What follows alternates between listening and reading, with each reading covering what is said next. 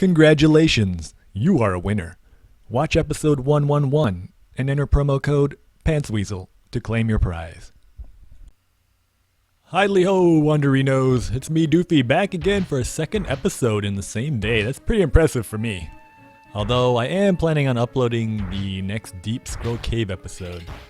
So I guess who knows when you're actually watching this.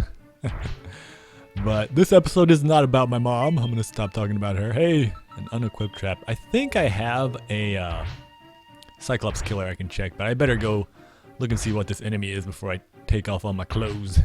Ah, it's a pickpocket. I love how they just sit there bouncing on money. So, Mr. Pickpocket, what do you like to do in your spare time? Well, I like to get completely naked, put all my money in a big bag, and just teabag it for hours. I love the feel of cool coins on my damp scrotum. Fascinating. No, this episode I was,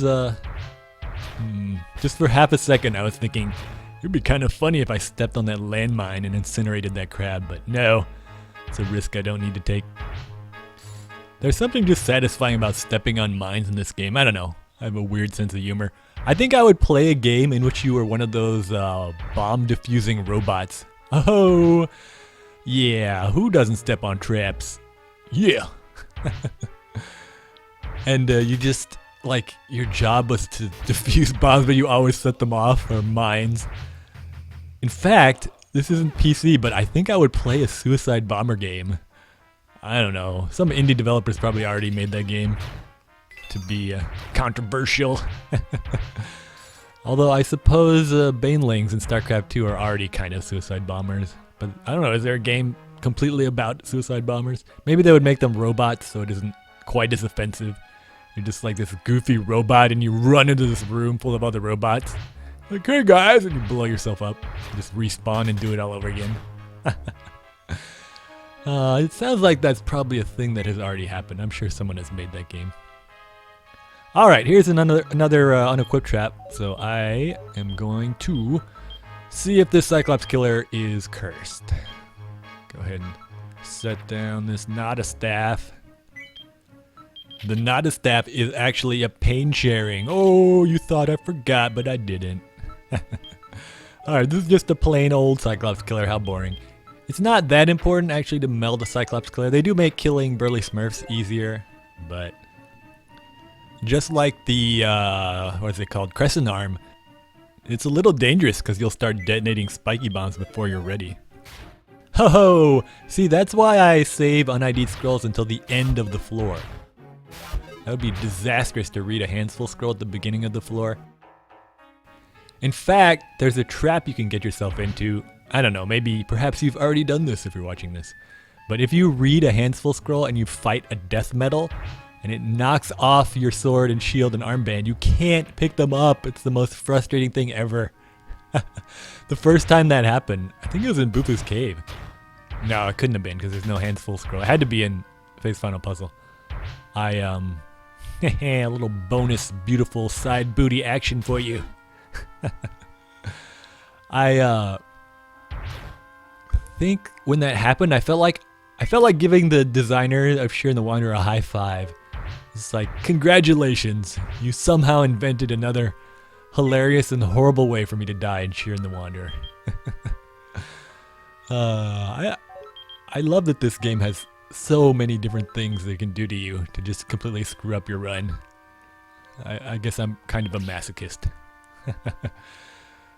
Alright, I think I can, take this guy out before he steals my moolah. This episode, I'm not going to talk about my mom anymore. Coming up here pretty soon, I'm going to start, we're going to start designing a game. So that's kind of what all this has been leading to. You know, talking about the types of gamers and why people play games and enemy design and even some of the stuff in the longer runs. The games I played as a kid, morality. Because at some point here, probably next episode, I'm just going to start to brainstorm about game design. I'm not going to actually literally design a game, but, you know, in our imagination. But this episode, I just wanted to make an observation, and I realize I'm probably like 10 years too late with this. But thinking about the different times you might watch this, I realized time has become really fractured this generation now that we watch things online. It's kind of weird. There's so many times associated with this. Like there's the time now I'm playing. There's the time I'm going to edit this episode. There's another time when I'm going to upload the episode. And then there are the multitude of times when people are going to watch them. Although, of course, I only have 2 loyal viewers. Thanks, Mom and Dad. You're the best. It's very different. You know, of course, when my dad was a kid, the whole family would gather around the television to watch a show. But even when I was a kid, like Saturday morning was for cartoons.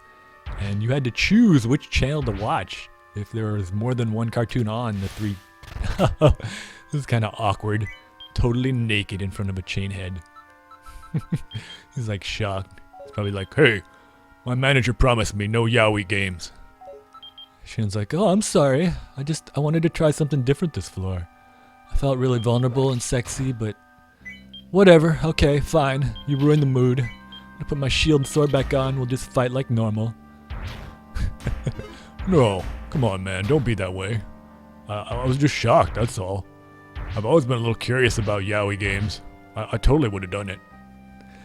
No, dude, the moment's passed. The moment's passed. I wonder if in Japan, why do I even ask? Of course, the answer is yes. The answer is always yes. I'm sure somewhere in Japan there's some kind of Shiren yaoi fan comic or fan manga where Shiren's getting it on with the Chainhead. Think of all the crazy positions. I was wondering how a Chainhead actually gets nutrients to its body, because obviously there's a chain there. And then I thought, oh, it probably has a rectal feeding tube. So enjoy that image. But yeah, it's weird that when I was a kid, things like experiences were more shared and communal, because we were all doing it at the same exact time. You know, and you could talk about the cartoon the next day because you knew all your friends had watched it. But now everybody watches things whenever they want. And we never really watch advertisements anymore either. Like when I'm, when I go to my dad's house to watch football, it's like, it's weird to see an ad, a little surreal. It's almost like, wow, yeah, these things, I forgot they even existed. Because I haven't watched television for years and years and years. Alright, I have a jar of identity, and I've already identified an anti-drain armband and a sleepless armband. So once you do that, it's kind of important, at least the way I play Face Final Puzzle, to ID a procrastitron, what's the real name, staff of postpone, and a switching staff. And if you have it, an extra bufu would be nice. So I'm going to go ahead and uncurse this jar and put these in, because my overall strategy usually is I put a sword and shield in a strengthening jar, and if I have any extra spaces, I put in a procrastitron and an extra bufu if you have the space and you're confident. If you can get a multi-charge staff of postpone and switching staff, you can kind of rush through the last 20 floors of Face Final Puzzle, which is sometimes important to do because they're pretty dangerous. So that will be my general strategy. That's usually what I do. If you have a bufu too, I mean, you got some powerful meat, you're pretty much good to go once you make it to around floor 80. So, unless I don't find a strengthening jar, which is pretty rare, that is probably what I'm going to try to do this run. But I'm getting kind of ahead of myself. I feel like, I don't know, I'm kind of ahead of the curve at this point in the run, because I'm prepared for what's coming. And a lot of Face Final Puzzles like that. Once you know what to expect, then it's not nearly as terrifying. Although coming up on floor 46, it is going to get a lot harder. Yeah, I don't know. That change just kind of struck me, thinking about it. And I think people have a need to do things together. Like you'll see people sometimes, they're excited that they've watched the video early because they feel close to when it was actually created. Or they're surprised, like everyone always says, I'm watching this in 2015. I can't believe it, how long ago it was. It's like 5 years ago. When you're a kid, 5 years is forever. It's a long time, but, you know, now that I'm almost 40, I'm just like, you know, that wasn't that long ago. Yeah, these chainheads do quite a lot of damage, but I think I can survive unless I miss several times in a row. I should be able to survive one-on-one encounters with them pretty easily. I remember as a kid flipping around the channels just to find a show where I liked the opening song, but I didn't like the cartoon, and now to go back to the cartoon I actually wanted to see. There are a lot of really weird cartoons in the 80s that had fairly high quality animation for the time. Yeah, I really don't need to carry around a second walrus shield. Like Mask. Mask had a really cool opening. There was a cartoon called The Pirates of Darkwater that I really liked. I liked to watch that one too, but it had pretty sweet animation. They had these weird curse words that I would actually use in real life because I was a huge nerd. Chongolongo, Noichitat. I still remember them. What other weird cartoons? There's a show called Cops. It was like a futuristic cop show. There's this weird cartoon called Brave Star. It was like a sci-fi western with a talking horse. Oh, there was a cartoon called the JC and the Wheeled Warriors that has the most kick-ass opening song ever. Although Silverhawks is pretty cool too, with the zero G space guitar solo. But I still think that JC and the Wheeled Warriors opening song is better. And of course I loved Disney cartoons as a kid. DuckTales was amazing. I loved the Gummy Bears with Gummy Berry Juice. Rescue Rangers I liked, and then by the time Darkwing Duck and Tailspin came out, I was kind of too old, you know? I'm sure they were good cartoons, but I wasn't really into them that much. But DuckTales I was a huge fan. In fact, speaking of DuckTales, that's where my name comes from. Doofy Doo comes from an episode of DuckTales. Because there's actually a character in one of the DuckTales episodes named Doofus Drake. That's not a nickname or something they call him to make fun of him. His name is actually Doofus. And that was hilarious. It's still hilarious to me. But when I was a kid, I couldn't stop laughing about that. That means his parents actually named him Doofus. Like, what kind of parents do that? Oh, he's kind of chubby. He's like a Boy Scout. And then he finds this like magical amulet that gives him superpowers. And he became this superhero called Super Doo with this ludicrous costume. For some reason, I always remembered that episode. So I kind of combined his name, Doofus and Doo, and came up with Doofy Doo. So whenever I have to make like a joke account, or an account I'm not going to use, or an anonymous account anywhere on the internet, I always use Doofy Doo as my name. So now you know the origin story. Speaking of cartoons, a lot of people nowadays say that, of my age at least, say, oh man, cartoons were so much better when I was a kid in the 80s. That's just nostalgia. Now, if you're talking about purely the quality of the animation, definitely they don't have the resources to hand animate things to the same degree that they did back then. At least in America. In Japan, the quality of the animation is still pretty high. But the quality of the writing in cartoons is definitely better on average.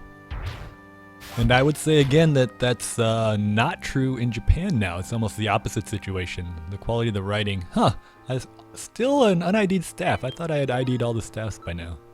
I'm gonna have to make some room. It's always good when you have so many good items you have to get rid of something. Alright, it's a little dangerous at the beginning of the floor, but I'm gonna try to take this false idol out. Very good. See, it's doing 40 damage a hit, but luckily it doesn't have a lot of HP and I have a spike and mailed. Go ahead and grab this Herb of Victory and ID this staff. Yeah, the quality of writing on average, and again, there are exceptions, in anime now is definitely lower. The writing is almost descended into like over-the-top self-parody and just flat-out melodrama. It's like they take the tropes of anime and they just push it as far as they can go, but they never really deconstruct them. I guess shows in the past, they felt more real to me, like the world building felt a little better. But maybe I just don't watch enough shows. Maybe there's some good shows out there. I don't have time to watch anime much anymore. So that could just be nostalgia on my part. But I will say, I do know that definitely in America, cartoons are a lot better. Now that they're aimed at adults, the writing is much better. Like, I usually like pretty weird shows that have a weird sense of humor, in case you didn't notice. One of my favorite shows is Xavier Renegade Angel. It's not really a cartoon, but that show cracks me up. I like Squidbillies. I like some... Oh, hey, alright. So this is a staff of misfortune. Let's go ahead and name that.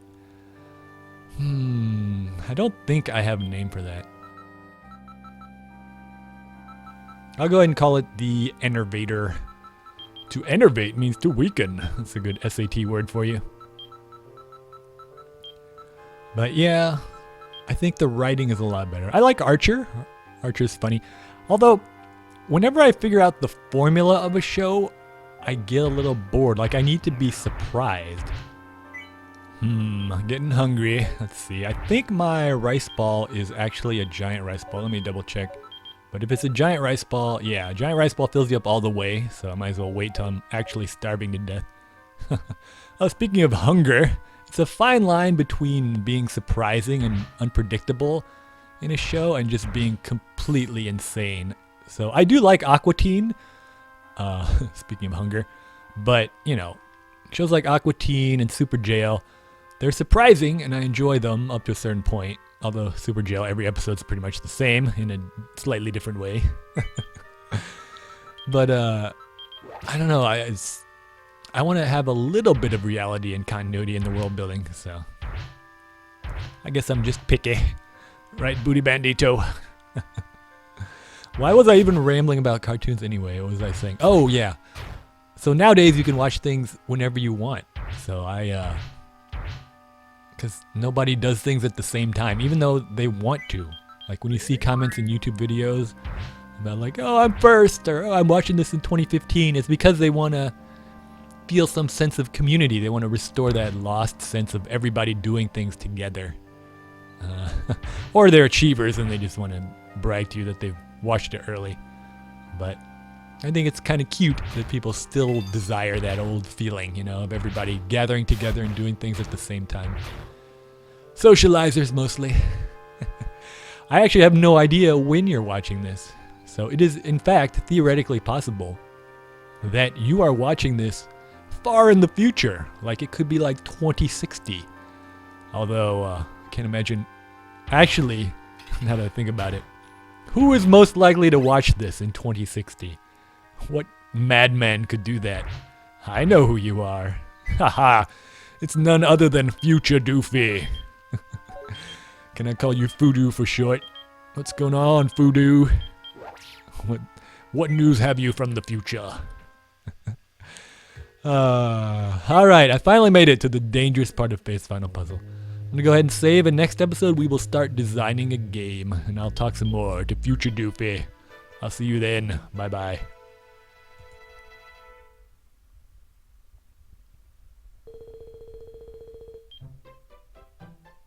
There's a weakness hiding on the other side of you, and it makes your cheeks gleam in the light. Even though there's a strong, strong shield ahead of you, when your backside is bared, you will lose the fight. Please, please stop turning. Sweat beads are forming. Your armor's half gone. Nude warrior. Cool coins on my damp scrotum.